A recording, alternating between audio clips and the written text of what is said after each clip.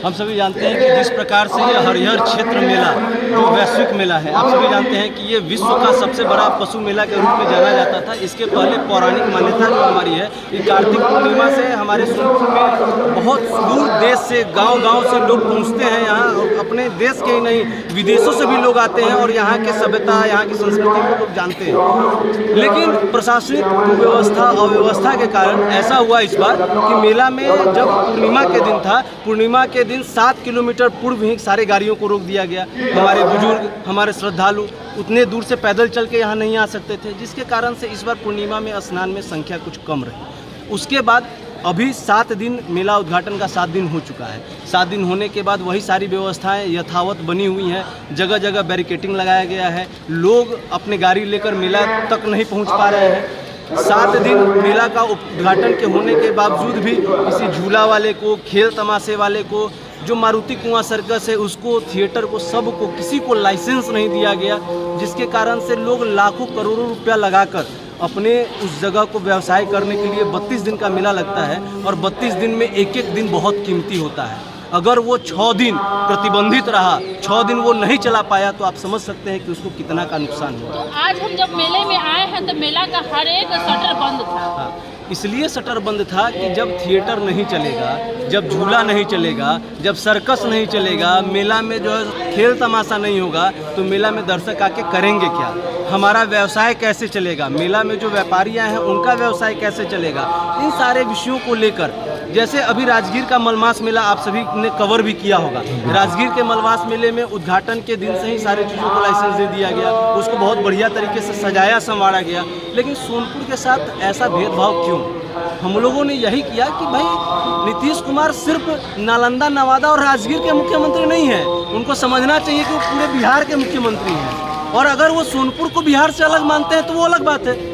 उनका कहना ये ऐसा थोड़ी है कि सोनपुर बिहार में नहीं है। क्या नीतीश कुमार के आदेश नहीं मिलने के कारण आप लोगों को परमिशन नहीं मिला था चलाने? अब किसकी आदेश से परमिशन नहीं मिला था वो तो प्रशासन जाने, किसके आदेश से उन्होंने इतना डिले किया, इतना हरास किया मेले को, वो प्रशासन जाने। लेकिन जब कल हम लोगों ने मेला बंद का अनाउंस किया और सारे मेला दुकानदार स्वतः अपने अपने दुकानों का शटर गिरा के बैठ गए कि जब तक हमारे मांगों को नहीं माना जाता है मेला हम चालू नहीं करेंगे। उसके बाद अनुमंडल पदाधिकारी से हम लोगों की वार्ता हुई है, और वार्ता होने के बाद हमारी 8 प्रमुख मांगे थी, उन सारे 8 मांगों को अक्षरशः मान लिया गया है। और मानने के बाद अभी हम लोगों ने मेला को ओपन करा के मेला को शुरू करा कर आए हैं, और अब मेला अभी से सुचारू रूप से चलेगा। जैसे आप सभी जानते हैं कि सनातन संस्कृति में सारे मठ मंदिरों का एक अलग अपना महत्व है, वैसे ही हरिहर क्षेत्र का अपना एक अलग महत्व है, अलग एक महत्ता है। हरिहर क्षेत्र की महत्ता क्या है? तो हरिहर क्षेत्र नारायणी और गंगा का संगम स्थली है। और हम सभी जानते हैं कि जो कार्तिक पूर्णिमा, ये मेला से भी रिलेटेड है, कार्तिक पूर्णिमा को जो स्नान होता है, वो जो स्नान पूरे देश से लोग यहाँ स्नान करने आते हैं। क्यों आते हैं? स्नान करने का कारण ये है कि ये जो नारायणी नदी है, ये नारायणी नदी में गज और ग्राह की लड़ाई का समापन इसी दिन, पूर्णिमा के दिन नारायणी नदी में गज और ग्राह का समापन हुआ था, लड़ाई का। स्वयं भगवान विष्णु यहाँ अवतरित हुए थे और ग्राह की हत्या करके गज को मुक्ति दिलाए थे, या ग्राह को मुक्ति देकर गज को बचाए थे। तो ऐसी मान्यता है कि यहाँ हाथी तक को भी मोक्ष की प्राप्ति होती है इस नदी में स्नान, इस संगम में स्नान करने के लिए। इसलिए पूरे देश नहीं, नारायणी और गंगा के संगम स्थल, इसलिए पूरे देश से लोग मोक्ष प्राप्ति है तो यहाँ स्नान करने आते हैं, और उसके कारण ये मेला लगता है। ये सोनपुर में ही है? सोनपुर में है ये, संगम स्थल सोनपुर में है। और ये जो पंचकोशी यात्रा है, तो यानी हरिहर क्षेत्र में पंचकोशी यात्रा, तो हरिहर क्षेत्र हरिहरनाथ मंदिर से लेकर सोनपुर और हाजीपुर, हरिपुर इलाके में जितने भी मठ मंदिर हैं, उन सारे मठ मंदिरों में 5 कोस जो परिक्रमा हम लोगों ने परिक्रमा स्टार्ट किया है। क्योंकि ये परिक्रमा पहले भी चलाई जा रही थी, मुगल शासन में इस परिक्रमा को रोक दिया गया, क्योंकि भारी संख्या में साधु संत देश विदेश से आते थे यहाँ और इस यात्रा को करते थे। तो आज इस यात्रा को पुनः प्रारंभ किया गया है, और ये आज से मतलब इस साल से अनवरत चलेगा। हर बार चलेगा, हर साल अगर चलेगा। आगे भी इस प्रकार की कोई विघ्न आई तो? विघ्न आई, जब विघ्न आया है तब तो हिंदू समाज खड़ा हुआ है, सनातन समाज खड़ा हुआ है, आगे भी हम सभी खड़े होंगे और इसका सामना करेंगे। क्यों बंद किया गया था पंचकोसी यात्रा? पंचकोसी यात्रा कई 100 वर्ष पहले, आप सभी जानते हैं कि हमारा देश सोने की चिड़िया कहा जाता है। हमारा देश जो हमारे वेद पुराण और सभ्यता संस्कृति से चलने वाला हमारा देश है।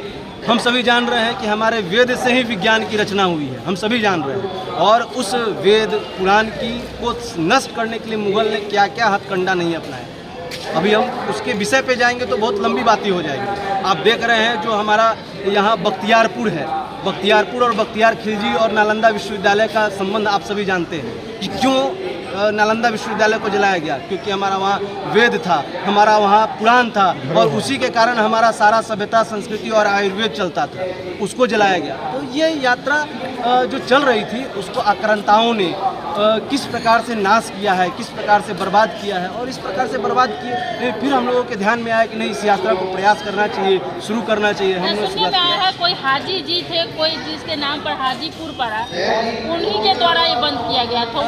देखिए ऐसा क्या है ना कि मुगल शासक जहाँ जहाँ गए वो अपने तरीके से वहाँ पे किसी भी प्रकार से उसको तोड़ मरोड़ के अपने नामों को डालने का प्रयास किए हैं। लेकिन हम सभी का यही मानना है, जैसे आप देख रहे हैं योगी मॉडल, योगी जी पूरे तरीके से लगे हुए हैं कि जहाँ जहाँ वैसे आक्रांताओं की नामों निशान को मिटाना है और उनके नामों को मिटाना है, वैसे ही हम लोग हाजीपुर को हरिपुर करने के लिए पूरे तरीके से प्रयासरत हैं। और हमको पूरा उम्मीद है कि हम हाजीपुर को हरिपुर के रूप में, जो हमारा पौराणिक नाम था, हमारा पुराना नाम था, उसको हरिपुर के रूप में लेकर चलेंगे। और हम पूर्व में भी हरिपुर ही था, पूर्व में भी हरिपुर ही था, लेकिन यही हाजी जिसका नाम लिए वो हाजी आक्रांता ने इस हरिपुर को हाजीपुर किया था।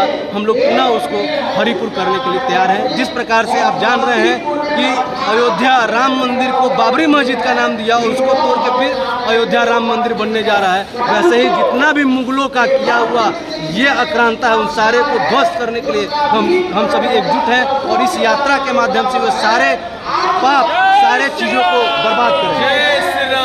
देखिए आशुतोष जी, और 600 वर्ष पूर्व ये जो पंचकोसी यात्रा बंद कर दिया गया था वो आज से शुरू हो गया है। और हरियर क्षेत्र मेला भी चालू हो गया है, क्योंकि बंद था जो हम आपको दिखा ही रहे हैं, और चालू हो गया है।